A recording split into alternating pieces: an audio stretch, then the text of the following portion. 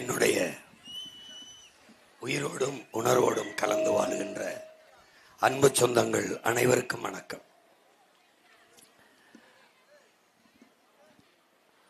நாங்கள் உங்கள் பிள்ளைகள் ஓட்டு கேட்டு வருவது எங்களுக்காக இல்லை, இந்த நாட்டுக்காக. நாங்கள் வெற்றி பெற துடிப்பது எங்களுக்காக அல்ல, நம் இனத்திற்காக. பெருமைப்பட வாழ்ந்த நாம் வரலாற்றில் இலக்கியத்தில் செழிப்பாக சிறப்பாக வாழ்ந்த இனம் என்ற ஒரு பெருமை கொண்ட இனம் இன்று ஏழ்மை வறுமையில் சிக்கி பசி பஞ்சத்தில் பரிதவித்து வாடுகிறது. பெற்ற பிள்ளைகளை படிக்க வைக்க முடியாமல் என் பெற்றோர்கள் கடன் வாங்கி படிக்க வைக்கிற அவல நிலைக்கு தள்ளப்பட்டிருக்கிறார். ஒரு உடல்நிலை சரியில்லை என்றால் உரிய மருத்துவம் பெற்றுக்கொள்ளக்கூடிய வசதி இல்லாத நிலையில் என் மக்கள் தவிக்கிறார்கள். தவிச்ச வாய்க்கு தடையின்றி என் மக்களுக்கு தண்ணீர் தர முடியாத அரசு இந்த நாட்டை 50 ஆண்டுகளாக ஆண்டிருக்கிறது. என்ன தவறு செய்தாலும் காசை கொடுத்து மறைத்து விடலாம், என்ன தவறு செய்தாலும் இலவசங்களை கொடுத்து ஏமாற்றி விடலாம் என்று நினைக்கிற கட்சி தலைவர்கள் ஆட்சியாளர்கள் தான் இங்கே இருக்கிறார்கள். இப்போது தேர்தலில் நிற்கிறவர்களிடத்தில் என் சொந்தங்கள் கேட்க வேண்டியது, இதுவரை செய்யாத ஒன்றை இனி இந்த 5 ஆண்டுகளில் வென்று போய் என்ன செய்வீர்கள் என்று கேட்க வேண்டும். நாங்கள் வந்தால் 8000 தருகிறோம், 10,000 தருகிறோம் என்று சொல்கிறார்கள். அப்ப இது எந்த மாதிரியான வளர்ச்சி, எந்த மாதிரியான கட்டமைப்பு? அப்ப நாங்கள் வந்தால் 8000 கொடுக்கிறோம், அப்ப அடுத்த முறை வந்தால் 18,000 கொடுக்கிறோம், அப்ப அடுத்த முறை வந்தால் அப்ப பணத்தை கொடுத்து என் இனத்தை வாங்கிவிடலாம், இனத்தின் வாக்கை உரிமையை வாங்கிவிடலாம். இது பணத்தை கொடுத்து வாக்கை வாங்குவதல்ல என் பெற்றோர்களே, பணத்தை கொடுத்து நம் இனத்தின் மானத்தை வாங்குகிற ஒரு கேடுகட்ட செயல். நாம் யார்? மானத்திற்காக போராடி செத்த பரம்பரை. மானம் போகும்னா ஒருத்தன் காலில் மண்டிட்டு தான் வாழணும்னு நிலைமை இருந்தா எழுந்து நின்று இறந்து போகலாம் என்று வாழ்ந்த பரம்பரை. மண்டிட்டுத்தான் வாழ முடியும் என்றால் மானத்தோடு மாண்டு போகலாம் என்று வாழ்ந்த பரம்பரை. அப்படி இருந்த ஒரு இனக்கூட்டம் இன்று காலையில் 5 மணிக்கு காட்டுக்கு சென்று பொழுது சாய் 6 மணி வரைக்கும் உழைத்து களைத்து வருகிறேன். ஆத்தால் அப்பனும் 1 கிலோ அரிசியை 1/2 கிலோ பருப்பு கல்லாடுகிற நிலைமையில் ஏன் நிக்கணும்? படிக்க வசதி இல்லை, படிச்சா வேலை இல்லை. எவ்வளவு நிலம், எவ்வளவு வளம், எல்லாத்தையும் வைத்துக்கொண்டு என் பிள்ளைகள் பாலைவன நாட்டில் ஒண்ணுமே இல்லாத நாட்டில் போய் வேலைக்கு போய் நிற்க வேண்டியிருக்கு. இங்க இந்த வேலை வாய்ப்பை ஏற்படுத்தி கொடுக்கணுங்கிற எண்ணமில்லாத தலைவர்களிடத்துல நாடும் அதிகாரமும் இருக்கு. அதான் பிரச்சனை. அதுதான்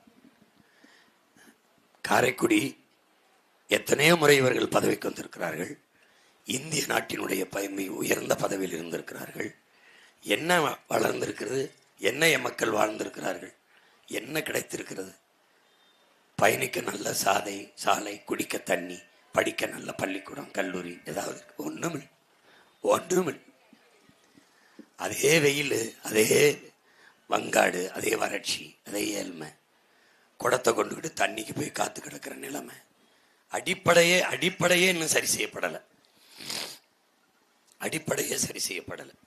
எல்லாத்தையும் மாற்றணும்னு உங்க பிள்ளைகள் நினைக்கிறோம்.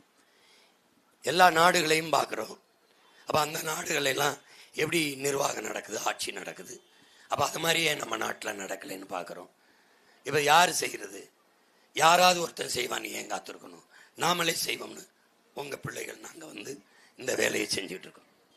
ஒரு பதவியும் நீங்க தரல. 15 ஆண்டுகளா போராடுறேன் உங்க மகன். ஒரு தேர்தலையும் நாங்க வெல்லல, ஆனாலும் விட்டுட்டு போகல. மறுபடியும் களத்துல நிக்கிறோம். பதவி தான் வேணும். பதவிக்கு எப்படியாவது வரணும்னு நான் நினைச்சிருந்தா யாரோடவாது கூட்டணி வச்சு பதவிக்கு போயிருக்க முடியாதா? வேற ஏதாவது ஒரு கட்சியில சேர்ந்து அமைச்சராக இருக்க முடியாதா? இல்லை கூட்டணி வச்சா நிறைய பணம் தரங்கிறான், பெரிய பெரிய பதவி தரங்கிறான், போயிருக்க முடியாதா? போயிருக்க முடியாதா? நாங்கள் வந்தது பதவிக்கு இல்லை, என் மக்களின் உதவிக்காக. அதனால நிற்கிறோம். பணத்தை சம்பாதிக்கணும்னா எப்படி வேணாலும் சம்பாதிக்கலாம். பணத்தை வச்சு வாழ்ந்துருவீங்களா? நான் கேட்குறேன், பணத்தை கொடுக்குறேன், ஒரு 10 கோடி கொடுக்குறேன், என்ன செய்வீங்க? குடிக்க தண்ணி இல்லை, சுவாசிக்க நல்ல காற்று இல்லை, சாப்பிட விஷம் இல்லாத சோறு இல்லை, என்ன வாழ்வீங்க? எதை வச்சு வாழ்வீங்க?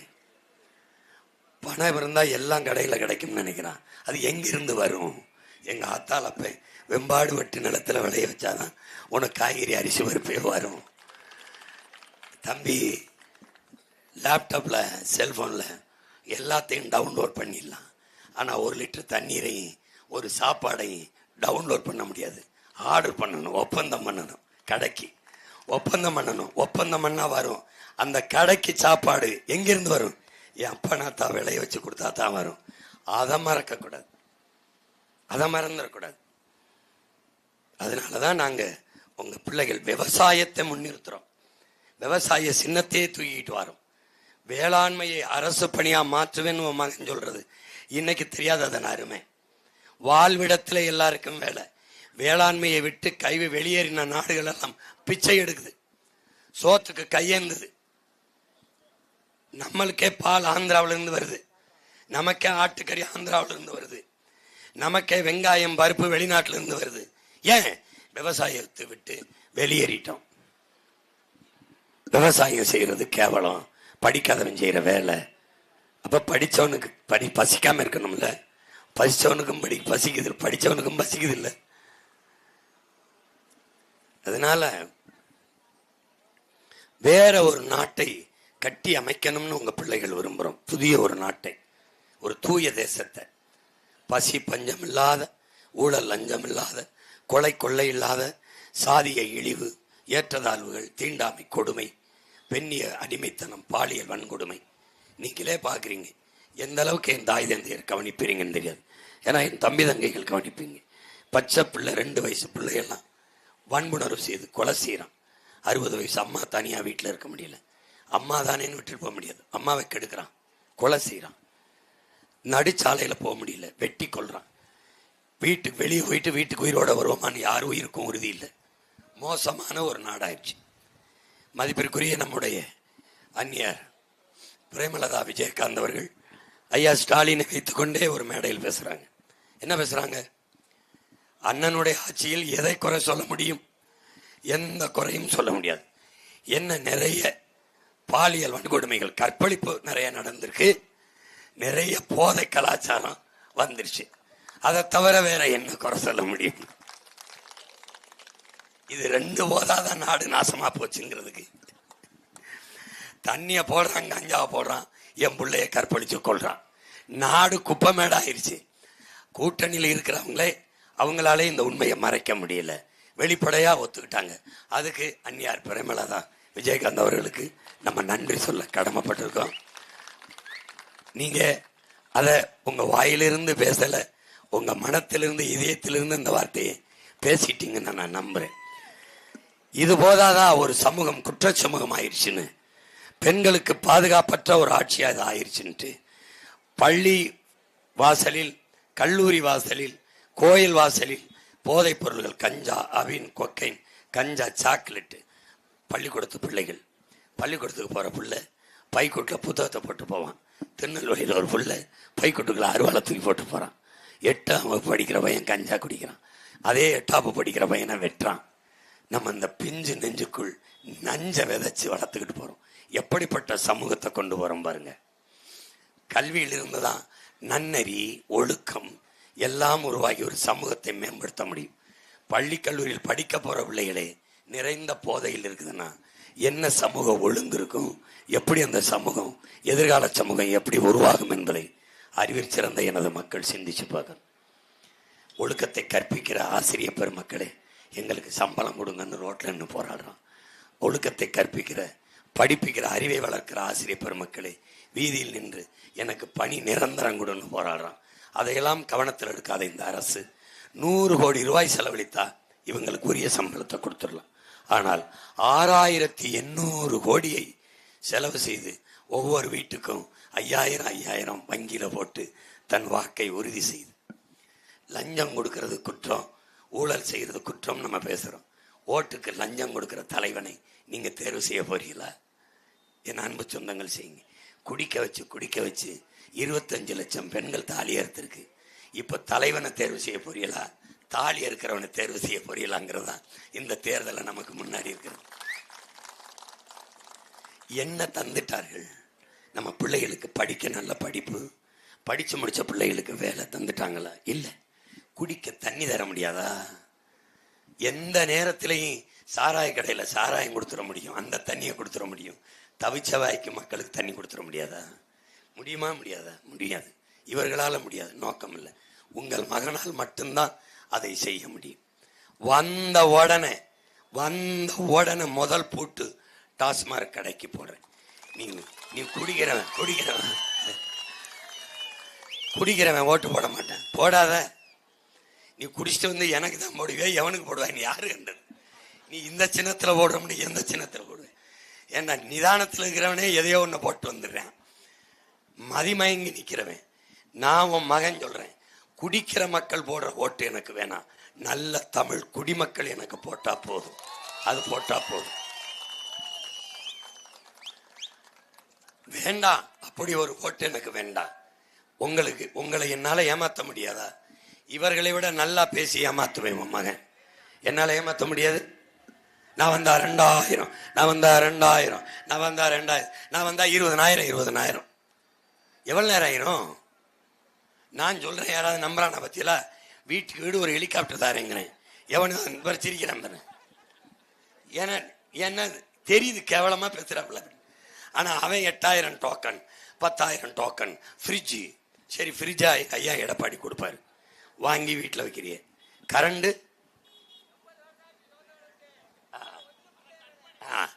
சரி, ஃப்ரிட்ஜில் எதை வைக்கிறது? காய்கறி கீரை அதை வைக்கணும். அதை யார் கொடுப்பா? அதை ஐயா எடப்பாடி கொடுக்க மாட்டாரு. எங்க அப்பா விவசாயி தான் கொடுக்கணும். இந்த வேலையை வச்சு அவன் தான் கொடுக்கணும். மிக்சி கொடுத்தாங்க, அதுல எதை அரைச்சோம்? மிளகா, மஞ்சள், இந்த மல்லி, இதில் அதை யார் விளை வச்சு தந்தது? அதுவும் எங்க விவசாயி தான். மாவு எடுக்கிற எந்திரம், கிரைண்டர், அதுல எதை அரைச்சோம்? அரிசி, உளுந்து, பருப்பு, அதை யார் விளை வச்சு தந்தது? அதுவும் விவசாயி தான். அப்போ இவங்க முக்கியம் இல்லை, விவசாயி தான் முக்கியம். அதுக்கு வாக்கு செலுத்தணும், அது ரொம்ப முக்கியம். நான் உன் மகன் என்ன சொல்றேன், இலவசமெல்லாம் தரமாட்டேன். உன்னை ஏமாத்த நான் தயாரா இல்லை. ஏன்னா என் ஆத்தாலும் அப்பனும் என் அண்ணனும் தம்பியும் இலவசத்துக்கு கையேந்துறது எனக்கு, என் இனத்துக்கு தன்மான இழப்புன்னு நான் நினைக்கிறேன், இனமான அவமானம்னு நினைக்கிறேன். ஏன்னா நான் கொடுத்து வாழ்ந்த பரம்பரையில் வந்தவன். நான் இப்ப கையேந்தி நிக்கல. என் கை இப்படித்தான் இருக்கணும், இப்படி இருக்கக்கூடாது. உங்க மகன் இப்படி கையேந்தனா பாக்குறேன், சீமான் பிச்சை எடுக்கிறான்மா. நம்ம எல்லாரும் சேர்ந்து கையேந்தனா, பிச்சை இல்லாத இலவசம்னா அது பெருமையாயிருமா? நான் கேட்கிறேன்.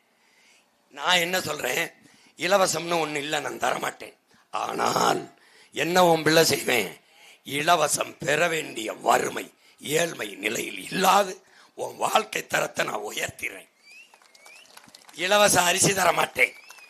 இலவச அரிசி, அந்த இத்து போன அரிசி, கேவலங்கட்ட அரிசி மூக்கு கிட்ட கொண்டு உனக்கு சத்தியஞ்சரம் பாரு. எங்க அம்மா இன்னும் இருக்கா, இங்க கூட வந்தாலும் வரும் என் தாய். அரணையூர்ல நான் இப்போவாது போகும்போது ரேஷன் அரிசி அம்மா புடச்சிக்கிட்டு இருப்பேன். எதுக்கு மேம்? ஐயா, என்னென்ன ரேஷன் அரிசி வாங்கிட்டு வந்தேன், இந்த கோழிக்கு போட்டேன் கொத்த மாட்டுது சாமி, கோழிக்கு போட்டேன் கொத்த மாட்டுது. தண்ணி ஆச்சு, கஞ்சி ஆச்சு, தொட்டியில் ஊற்றின மாடு தவிடோட கலந்து வச்சா குடிக்கும்னு இந்த அரிசி ஆக்கி போட்டேன், வாய வைக்க மாட்டுதப்பா. அவ்வளவு மாடும் கோழியும் திங்காத அரிசியை ஆத்தால பொண்ணுக்கு இலவசம் போடுறேன். அறிவு சமூகமே, உன் கூட பிறந்தவன், ஒரு ரத்தத்தில் வந்தவன், நான் கேட்குறேன், ஒரே வய ஒரே நெல் விளைய வைக்கணும். அந்த நெல் கடைக்கு விற்பனைக்கு வரும்போது, வியாபாரத்துக்கு வரும்போது தரமா இருக்கு, மக்களுக்கு ரேஷன் கடைக்கு வரும்போது கேவலமா இருக்கு. இடையில என்ன நடக்குது? ஒரே நெல்லு தானே, அது கடைக்கு வரும்போது ஒரு கிலோ 100 ரூபாய்னா தரமா வருது. இங்க ரேஷன் கடைக்கு இலவச அரிசின்னு தரங்கட்டு வருது. இடையில என்ன நடக்குது? இப்ப நான் ஓம்புல என்ன சொல்றேன், அந்த அரிசிக்கு போகாத, வாங்காத. 100 ரூபா இல்ல 200 அரிசினாலும் வாங்கி சாப்பிட்ற வசதியை உனக்கு நான் தந்துடுறேன், அதை விட்டு. இப்போ அந்த அந்த கேடுகட்ட அரிசி வேண்டாம், நம்மளே விவசாயம் செய்கிறோம்.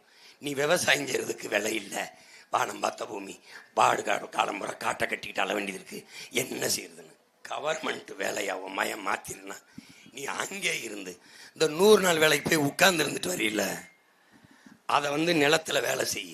நீ 100 ரூபா கொடுக்குறானா 300 ரூபா கொடுக்குறானா, நான் உனக்கு 500 ரூபா தரேன், 800 ரூபாயோட வீட்டுக்கு போ, விவசாய வேலையை அரசாங்க வேலையை மாற்றுவோம், நம்ம வேளாண்மை செய்வோம், நல்ல அரிசி, நல்ல பருப்பு, நல்ல காய்கறி, வெண்டைக்காய், சொரக்காய், பூசணிக்காய் நாம விளைய வைப்போம்.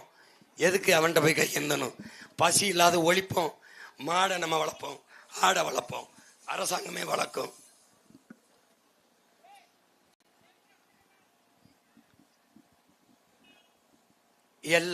எல்லாருக்கும் வேலை கிடைக்க செய்வோம், வேலைக்கு சம்பளம் கிடைக்க செய்வோம், சம்பளத்தை வச்சு வாழ்ற பெருமை மிக்க மதிப்பு மிக்க கௌரவமான வாழ்க்கையை நம்ம மக்களுக்கு கொடுப்போம்.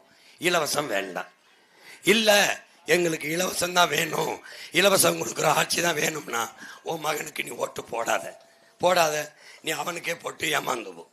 இல்லை என் புள்ள சொல்றதான் சரி, எனக்கு வேணாம், அவன் சொல்ற மாதிரி நான் உனக்கு தருவேன், காசு இல்லாம தருவேன். எதை? பிள்ளைகளை நல்லா படிக்க வைப்பேன். இந்த கிராமத்தில் இருக்கு, இதை விட மோசமான கிராமத்தில் இருக்கு, எதை பத்தி நீங்க கவலைப்படாத. நல்ல படிப்பு, 1 ரூபா காசு இல்லை, நல்ல மருத்துவம், 1 ரூபா செலவு இல்லை, நல்ல குடிக்க தண்ணி, இது 3ஐயும் உன் பிள்ளை காசு இல்லாம தாரேன். மற்ற எதையும் என்கிட்ட எதிர்பார்க்காத. மின்சாரம் தாரேன், தட்டுப்பாடு இல்லாம தாரேன், கரண்ட் கட்டாயிருச்சுங்கிற சொல்லு இல்லாம தாரேன், நானே தயாரிச்சு தாரேன். சிலிண்டர் தாரேன், வீடுக்கு தாரேன். வயசான ஒரு கிழவிதான் இருக்குனாலும் என் அப்பத்தாவுக்கும் சிலிண்டர் கொடுக்குறேன், நானே தயாரிச்சு தாரேன். எந்த நாட்டில் எந்த போர் நடந்தாலும் எனக்கு அதை பற்றி பிரச்சனை இல்லை.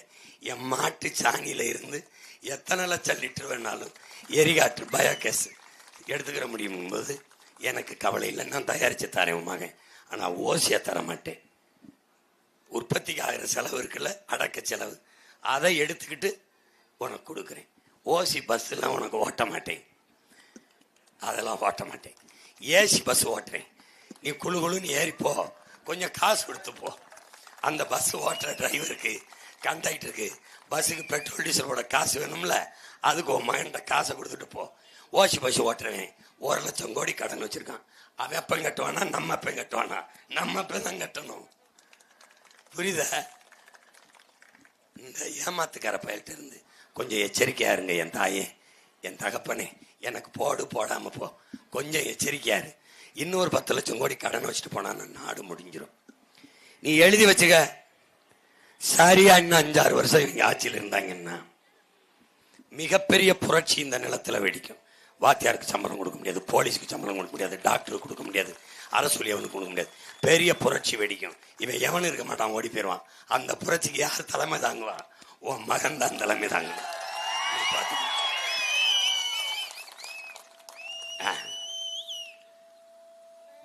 மனு கோரிக்கை இருங்க, இந்த வருங்க. 50 ஆண்டு கால காங்கிரஸ் ஆட்சியில் கண்ணங்குடியில் பயணியர் நிழற்குடை இல்லை, பொது கழிப்பிட வசதி இல்லை.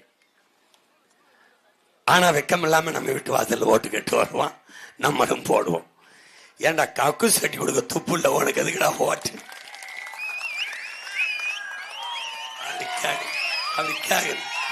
அப்படி கேங்க. நானு ஒரு பருவத்துல என்ன பண்ணுவாங்கன்னா, சுவர் உரம் எழுதி வச்சிருப்பான் அரசாங்க கட்டிடம். ஒரு பிள்ளை சும்மா அப்படி போய் கழிவுக்கு போயிட்டு இருக்கும், வெளியே போயிட்டு இருக்கும். சீ நாய் செய்யுமா இந்த வேலையை அப்படின்னு ஒருத்தர் சொல்ற மாதிரி. கக்கூஸ் கட்டி போங்கள்னா ஐயா மோடியா வந்தவன விளம்பரப்படுத்திக்கிட்டே இருந்தார். கக்கூஸ் கட்டி போறோம், அதுக்கு முதல்ல வீடு இருக்கணும்ல. கக்கூஸ் கட்ட காசு இருந்தாம்மா நாங்க வீடு கட்டிக்கிற மாட்டோம். இந்த காவாலி போய் இப்படி ரொம்ப நாள் விளம்பரப்படுத்திட்டு இருந்தாங்க. அப்புறம் நான் காட்டு கத்தனோன்னு ரொம்ப திட்டான்னு விட்டுட்டாங்க எழுதுறத. இவன் என்ன கக்குசு கட்டி தர்றது? ஓ மாயன் கவர்மெண்ட்னால சொந்த காசுல கட்டி தருவேன். இங்க பாரு, எவன் காசு கேட்டாலும் மக்கள் தர மாட்டான், உன் புள்ள கேட்டாதான் தருவான்.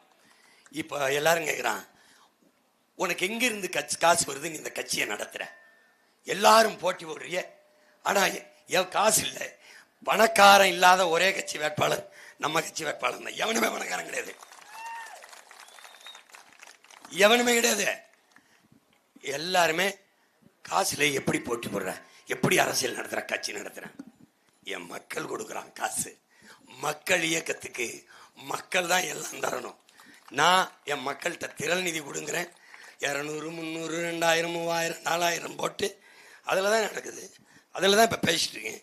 இந்த மைக் அதில் வாங்கினதான், இந்த வண்டி அதில் வாங்கினது தான், அதில் வாங்கினது தான். என் மக்கள் கொடுத்த காசு தான். ஏன்? நான் என் மக்களிடமிருந்து மக்களுக்காக வந்தேன். என் மூஞ்சியை பாரு, போய் உன் மூஞ்சிய கண்ணாடியில் பாரு, ரெண்டும் ஒன்றா தான் இருக்கும்.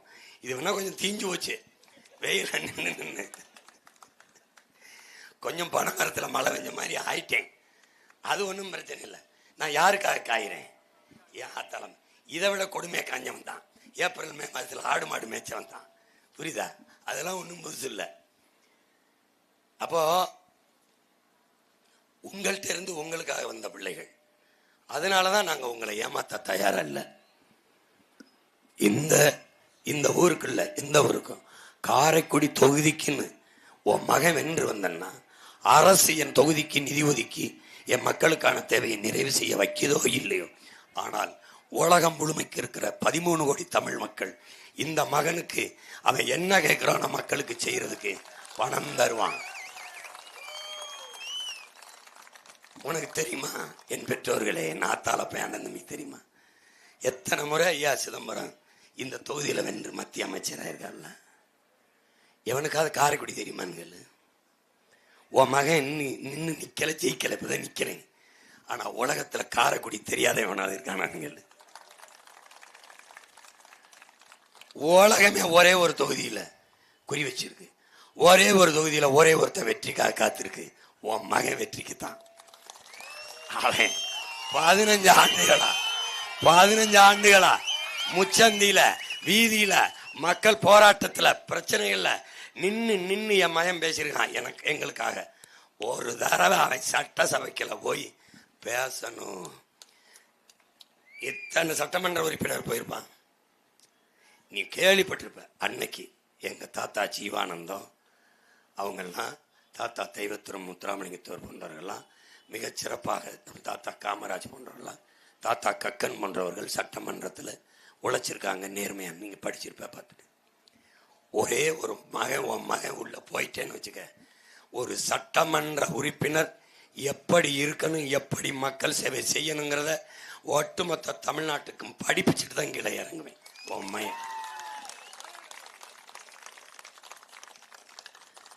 தமிழ்நாட்டிலேயே சிறந்த தொகுதி, சிறந்த சட்டமன்ற உறுப்பினர், சிறப்பாக செயல்பட்ட உறுப்பினர் உன் மகன். இந்த பேரை எடுக்கல, நான் பிரபாகர மகன்.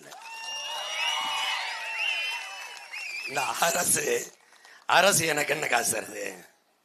நான் வென்று ஆட்சி அமைச்சிட்டேன்னா தலைகளா நாட்டை மாத்திடுறேன், வேற நாடு.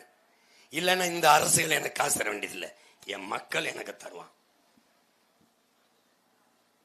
ஒரு முடிவெற்ற தம்பி திருக்கோயிலூர்ல பேசிட்டு இருந்தேன். பேசிட்டு வண்டியில ஏற போனேன். கூட்டத்தை தள்ளிட்டு அண்ணா அண்ணான்னு ஓடியாந்தான்.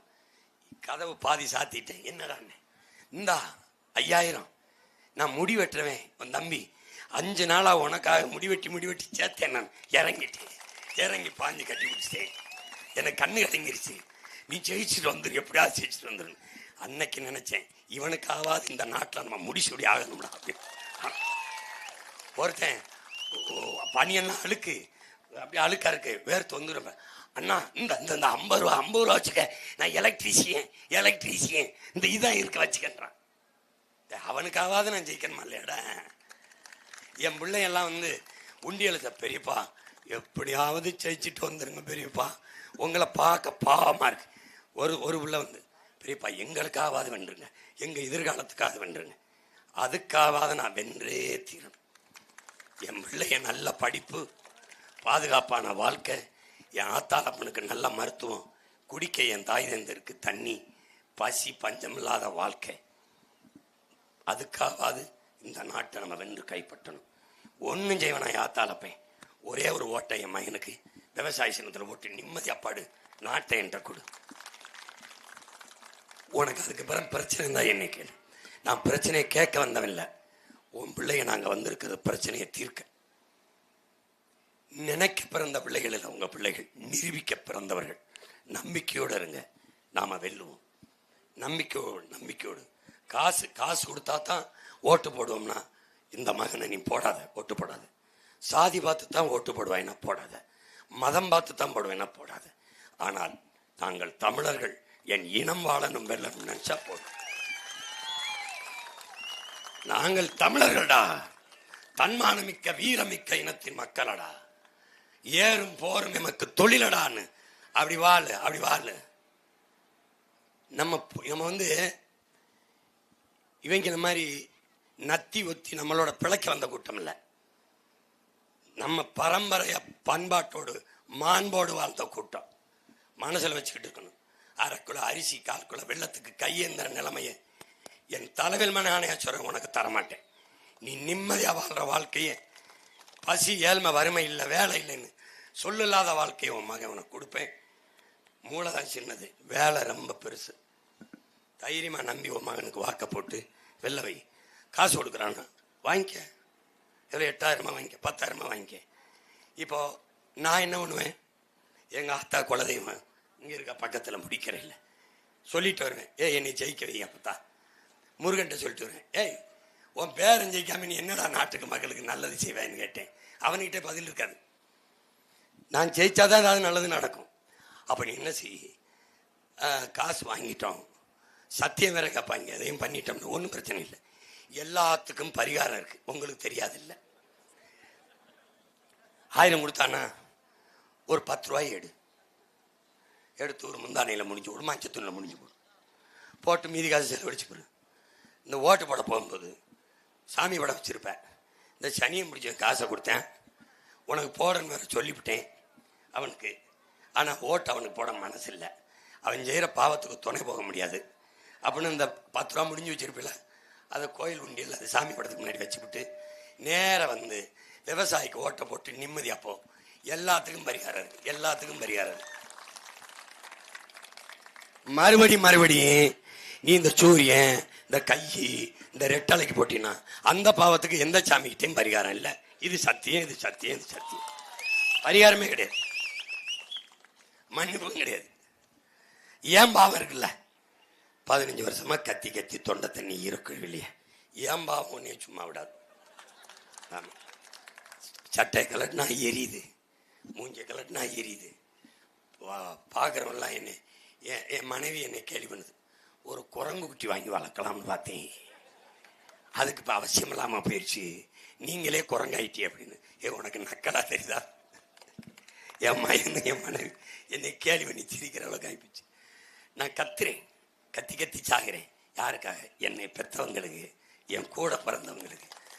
என்ன செய்யறது, நான் அவன் கூட பிறந்துட்டேன், விட்டுட்டு போக முடியாது. எனக்கு முன்னாடி இருந்தவன் விட்டுட்டு போகல, நான் வெறும் வேர்வை தான் சிந்தினேன். என் கண்ணுக்கு முன்னாடி என் சொந்தங்கள் ரத்தம் சிந்திருக்கான். நான் உணர்வை தான் கொடுத்து நாங்கள் தமிழர்கள் இருந்து கத்திக்கிட்டு இருக்கேன். அவன் என் முன்னாடி உயிரையே கொடுத்தான். உயிரை கொடுத்தவனை இப்படி நின்று பார்த்தவன், அவனோட பார்க்கும்போது நான் ஒன்றுமே இல்லை. அதனால எனக்கு தோல்வி இல்லை. தோல்வி என்பதே எங்களுக்கு இல்லாது, வெற்றி ஒன்றே எங்கள் எல்லை. அதை அடைகிறவரை தொடர்ச்சியாக போராடும். எனவே அருமை பெற்றோர்கள், என் அன்பு சொந்தங்கள், உயிரினுமணியை உடன் பிறந்தார்கள். சின்னத்திலாம் விவசாய சின்னத்தில் ரொம்ப தேட வேண்டியதில்லை. சின்னமே நான் தான், உன் மயன்தான். என்னை பார்த்து வரைஞ்சது அது. பார்த்தீங்கன்னா நான் சட்டை கழுவிட்டு இருப்பேன், ஒரு தடவை மீசை வச்சுருந்தேன், அதை பார்த்து வரைஞ்சிட்டான். கலப்பை கொழு கூட போடலை. கொழு என்ன மண்ணை உழுகுறதுனா கொழு போட்டிருப்பேன். என் மக்களின் மனத்தையும் உழ வேண்டியிருக்கு. கொழு காயம்படுத்திடும்னு கொழு போடாமல் கலப்பை தூக்கிட்டு இருக்கேன். அதனால என்னை வேட்பாளராக பார்க்காத, ஓட்டுக்காக வந்தவனை பார்க்காத. இந்த சமூகத்தை மாற்றி படைக்க வந்த ஒரு புரட்சியாளர்னு பாரு. இந்த நாட்டுக்கு மக்களுக்குமாக ஒரு அரசியல் புரட்சி படையை நடத்துகிற முன் கள தளபதினு பாரு. அப்படி பாரு, நீ அப்படி எடுத்துக்க. எந்த இடையூறு, எவ்வளவு அடக்குமுறை, எவ்வளவு வழக்கு, தளர்ச்சி அடைஞ்சிருக்கனா பாத்தியா? தளர்ச்சி அடைஞ்சிருக்கனா? மறுபடியும் அதே வேகத்தோட அதே திமிரோட வந்து நிக்கிறன. காரணம் அசைக்க முடியாத நம்பிக்கை, மக்கள் இருக்கிற நம்பிக்கை. அதை நம்பி நின்ன பிள்ளைய வெல்ல வைத்தார்கள். என் அன்பு சொந்தங்களும் வரலாற்று பதிவை நீங்க கொண்டு வரணும். மதிப்புமிக்க என் பெற்றோர்கள், பேரன்பு மிக்க என் தம்பி தங்கைகள், உங்கள் உடன் பிறந்தான். என்னுடைய சின்னம் அல்ல, உங்களுடைய சின்னம் விவசாயி. அதுக்கு வாக்கை செலுத்தி நீங்கள் வெற்றி பெறுங்கள், நானும் வெற்றி பெறுகிறேன். நம் இனம் வெற்றி அடையட்டும், நாடு மக்களும் நிம்மதியாக வாழட்டும். புரட்சி எப்போதும் வெல்லும், நம் வெற்றி அதை சொல்லும். இலக்கு ஒன்றுதான், இனத்தின் விடுதலை. இனம் ஒன்றாவோம், இலக்கை வென்றாவோம். தமிழ்தாய் வாழ்க, தலைவர் பிரபாகரன் வாழ்க. நாம் தமிழர். இனிமே நிழல் கொடை இல்லை, கழிவறை இல்லை, எவன்ட்ட இங்க கூடாது. உன் மகன் இருக்கேன், நான் வென்றாலும் கட்டுவேன், வெள்ள நினாலும் கட்டுவேன்.